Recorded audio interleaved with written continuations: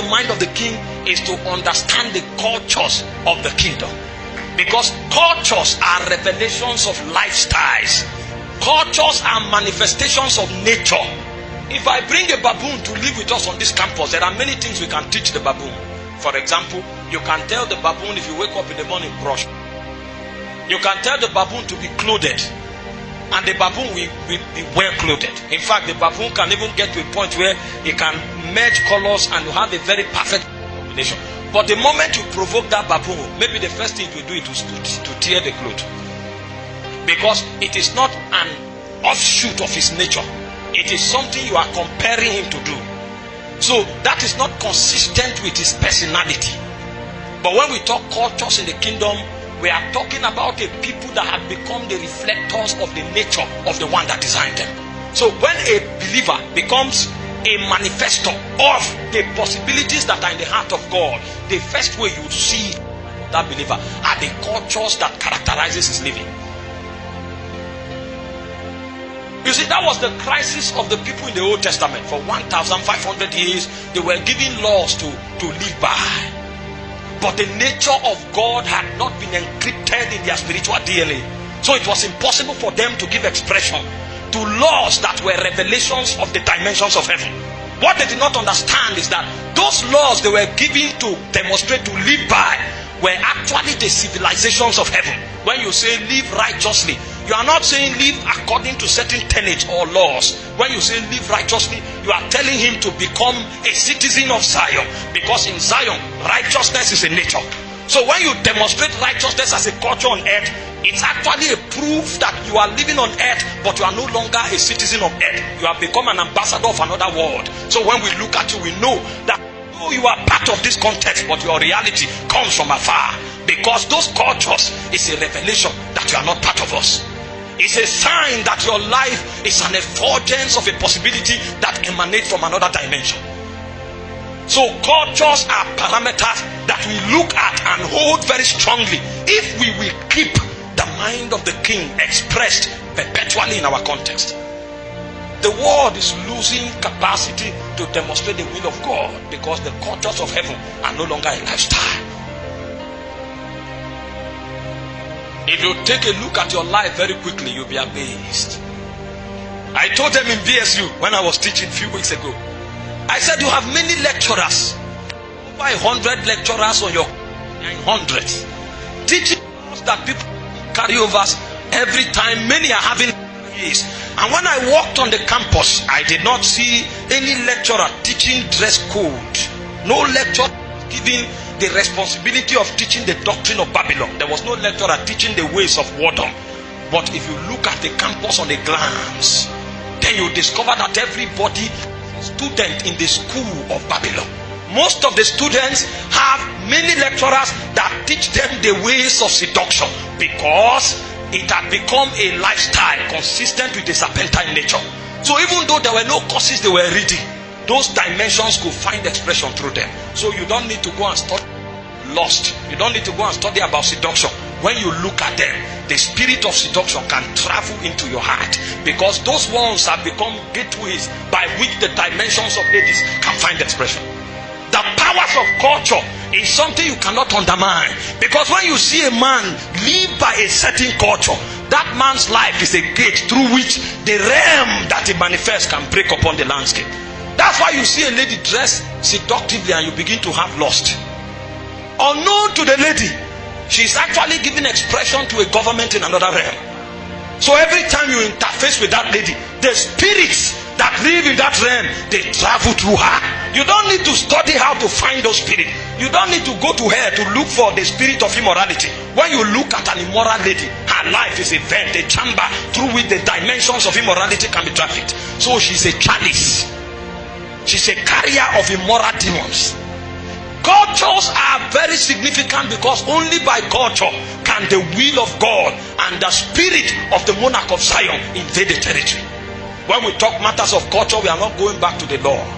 We are actually talking about the true manifestation of the spirit of grace. Because when grace comes, it does not only bring salvation, it teaches us the ways of the kingdom.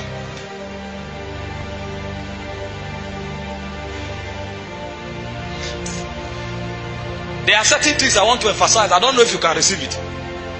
Because many may think we are becoming legalistic. This is not legalism. This is proof that the Spirit dwells in you. Jesus said that word cometh to me and findeth nothing. How demons and spirits connect to people. They connect to people through their predominant appetites. The Bible said we have not received the spirit that is of this world, but we have received the spirit that is of God. Therefore we know the things that are freely given to us by God. So on the strength of the Spirit of God that is at work in us, it is possible for us to know the dimensions of the Spirit. The ways of God are no longer scarce because there is a Spirit we have received. But he went to 1 John chapter 2 from verse 15. He said, love not the world. He said, they that love the Lord, the love of the Father is not in them. He said, what is in the world? He said, the lust of the eyes, the lust of the flesh, the pride of life. Therefore, those tendencies within, that person is already a carrier of the spirit of this world. If lust finds expression through you, you are what? A carrier of the spirit of this world. You don't need to go far to check. And the proof of it is that all your actions will be controlled and regulated by lust. That's why the guy wants to drive a car, because he wants to make a statement. That's why the guy dresses, because he wants to make a statement. He is powered by lust. So his lifestyle is a reflection of his appetite. And his appetite is a gateway through which his spirit can break into his world. Unknown to him, he is the one changing the energy balance in the system. Because every time you bring a spirit into a territory, you have altered the energy balance. The reason you enter some territory, it is easy for you to fall into immorality is because the energy balance has been lifted. The threshold of immorality is high. So when you were at home, you didn't have lust all the time, but you came on campus and all of a sudden every night you feel like cleaving to somebody. There is a balance. The energy balance has been violated. It's a revelation of appetites and the predominant culture in the system. You get to certain places, it's easy to slap and to kill because violence through their lifestyle have been conducted into that territory so much, so the energy of violence is high. So you come there, the least provocation, you take an action. What you don't know is that the culture of those people have tracked an energy that have altered the balances. That part of culture is something you cannot overemphasize. It's a revelation of the will, the mind of the spirit that rules over the territory. That's why Miles Monroe of blessed memory, he defined the kingdom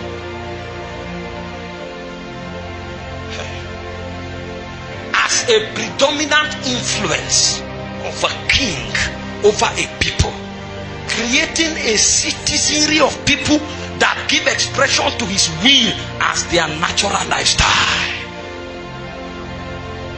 So when the Holy Ghost begins to work in you, the dimensions of heaven become your lifestyle. So what we want to x-ray tonight are some of the realities that are the predominant, manifested, expressed dimensions, characters that are in the heavens. So that if they look at you, they will not know whether you are on earth. Jesus said, the Son of Man which is in heaven, he was walking in Galilee.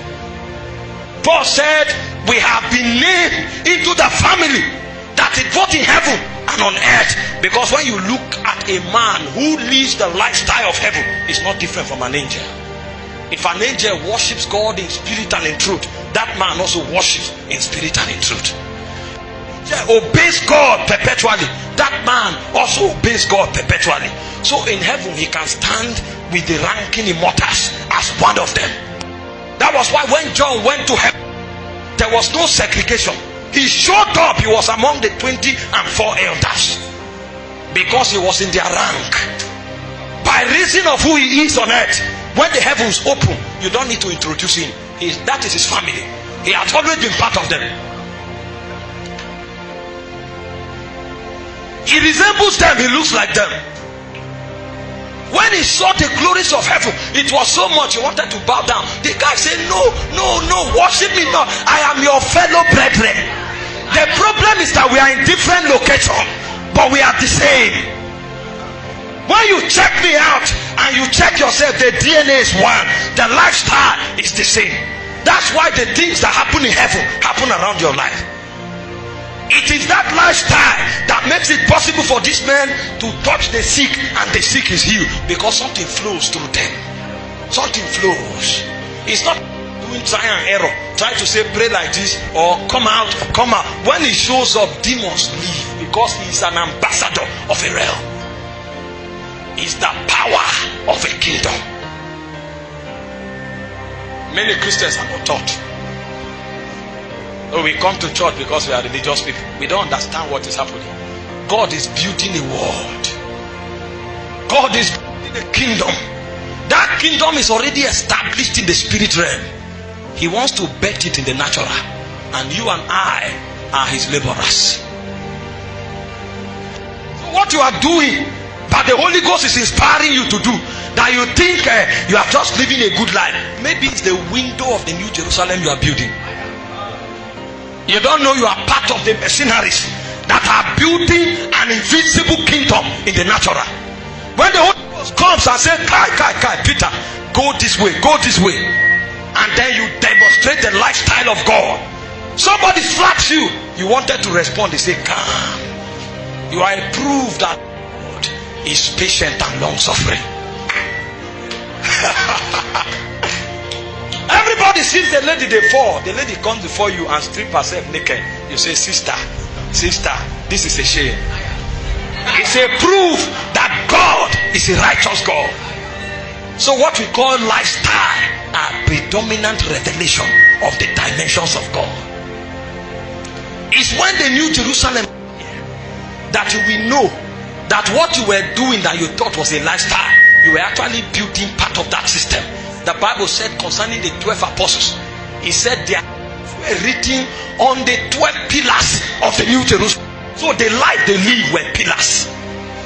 They thought they were living. Meanwhile, the world God was building, they are the pillars that we supported. So their lives were pillars in Zion. Maybe your own life is a window, yours may be a roof. You don't know, and you are playing with it.